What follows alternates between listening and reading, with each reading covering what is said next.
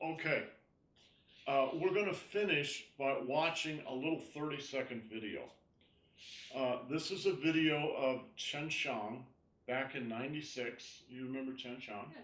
This was when he was young and plump, and is Master Feng's last great disciple. I can't remember the name in Chinese, but there's actually a name for that because it's very common for a master to have, for some reason, one last great disciple. So the first disciple and the last one are always kind of exceptional. But before we watch this, I want to say something about what we're doing. Tai Chi is a science. It's an observational science.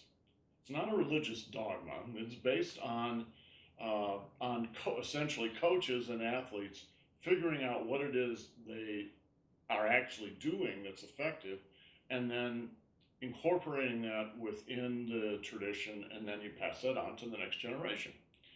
And this has been going on for 500 years or so. It's also an art. So like music or visual art or something, it can rise to that level. It's a personal expression. It's an art of personal expression. Yeah. And everybody does every form their own way, period. And the more you get to know the lineage, and this is true for any Tai Chi lineage, the more you realize, oh, it's very individual. Yeah, there's kind of a standard, but it's like people kind of move around that standard a lot. When you teach it, like we're in a teaching situation here, you try to establish a standard and stick to it, right? Not because the standard is sacred, but just because you need a standard of some kind, right? But as you get better, it will become yours, and it will be marked with your individuality. There's no other way to do it. That's what an art is. And so it will become less standard and more you. Now, there's a third aspect of this that we haven't talked about that is equally important. In fact, maybe more important, especially when you're learning, and that is it is a craft. It is a craft, like woodworking, like like any craft, like ceramics. To make something really beautiful, you must become a good craftsperson. So if you happen to be for instance, a bookbinder, all right? Bookbinding is one of the great crafts that are out there. Look at Tim Ely, our friend Tim, who is an excellent craftsperson. Is he also an artist? Yes. Is there a science to it? Yeah, there is. All right? But it's, in a certain way, it's first and foremost a craft. So when we're going through these moves, point by point by point, that's about learning the craft, about how you need to hold the nail and hit the hammer on the nail head, right? Versus some other thing. Now, we're going to watch a little video of Chen Shang. Chen Shang already by this time is doing the 24. We're just going to watch him do the first two moves. Not to learn about the moves, but to learn something about craftsmanship. He had absorbed the science. He had he's making it an art, and his craftsmanship is very good, but it's very different from what we're doing. It's much, much, much more advanced. And what happens when you lift your craftsmanship to that level is it frees you up. You become free to express yourself. When you start, man, you gotta toe the line. You gotta keep your nose on the grindstone and really do the standard. Learn, learn, learn, learn, learn.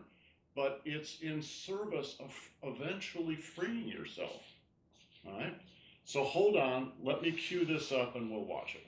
This is Kevin. We're going to watch a couple of minutes of that video you sent today. Now, I'd already seen that video. I love this video. This video was taken You don't see him in this video, but Master Feng is also there. This was a little workshop that happened in some corner of Beijing. I mean, it's out in the woods, literally.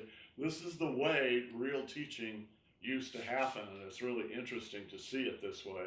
They're literally out in the woods, and they're teaching, and Chen Shang is doing a demonstration of the first part of the 24, and then Grandmaster Feng does a form, and then they do some push-hands.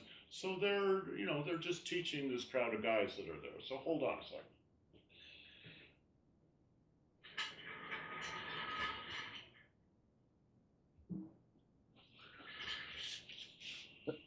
For those of you who don't know, Chen Shang actually came to the Guan in San Francisco, and it's very interesting to watch him and how he progressed from '96 till when he came. He also did a martial art called Baji, which is pretty impressive if you've ever seen it.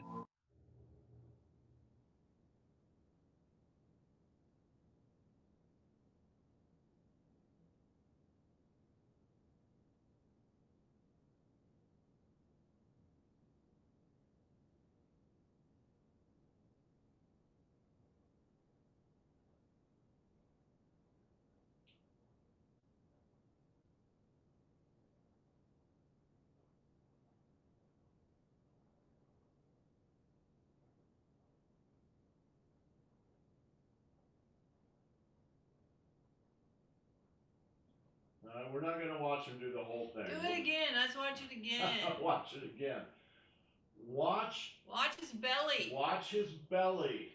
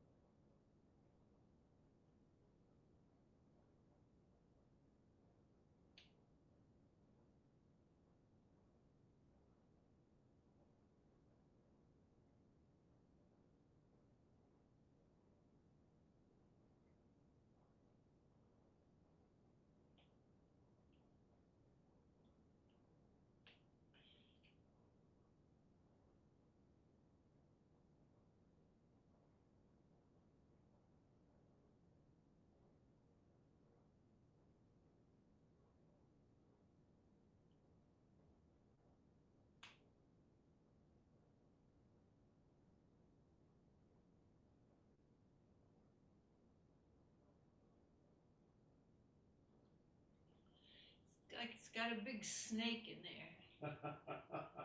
His belly and his spine are so active. Very active. So Annie just said it's like he's got a snake inside, right? That's what Master Zhang always used to say. As you got a little better, he would not I mean, he might say it to you individually, but he was saying it to the class. He would say, "Inside, you big snake, you big snake inside." He meant like a boa constrictor or something. Now that was Chen Shang is our age, so he's like 70 years old now. That in that video he would have been like about 38 years old, so he was still young enough to really let it fly. But you notice how loose he was. Very loose. Huh?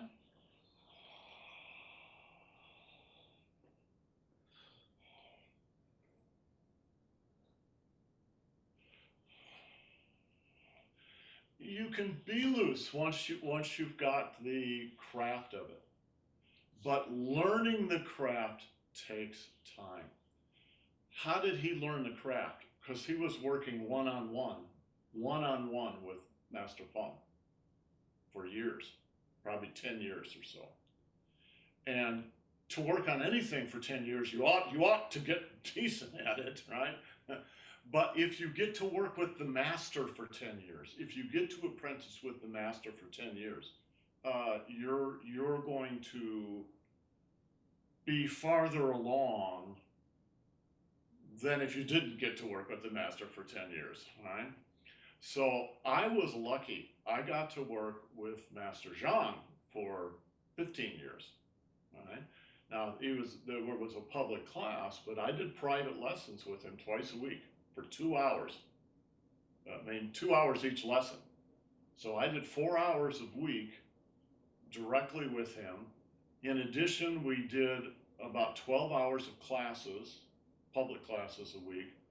And then I practiced every morning for 2 to 3 hours. So I was doing 24 to 28 hours of Tai Chi every week for about 12 years or so, right? Or more. Or more, right? Yeah. That's the only way you can absorb everything. If you're going to be a good woodworker, you've got to do woodworking every day, all day. If you're going to be a bookbinder, you've got to bind books. You can't just talk about it, right? You have to actually do it. And the process of learning is slow, particularly at the beginning. It's just 1, 2, 3, 4, right? 1, 2, 3, 4. Right? But if you get that foundation in place, then you can build, then you have something to build on. If you don't have that foundation, you may think you know what you're doing, but it's not perhaps as good as it could be.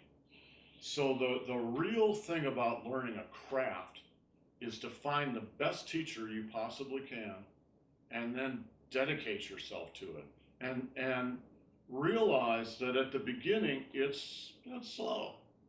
It's slow. It's step by step. But that's okay, all right? Because you're building the foundation. And if you do that for about 2 years or so, then you can move on to the next level and it starts to go faster and faster and faster and faster until you reach the speed of light and explode into a sun of accomplishment, right? So it's just slow. And on that note. And on that note, right? We will stop for today. We'll pick it up again next week. Next Saturday. All right. If you're going to stay for the advanced class, give me 10 minutes or so to commemorate myself again. Otherwise, we'll see you next time, guys. Ciao. See you guys.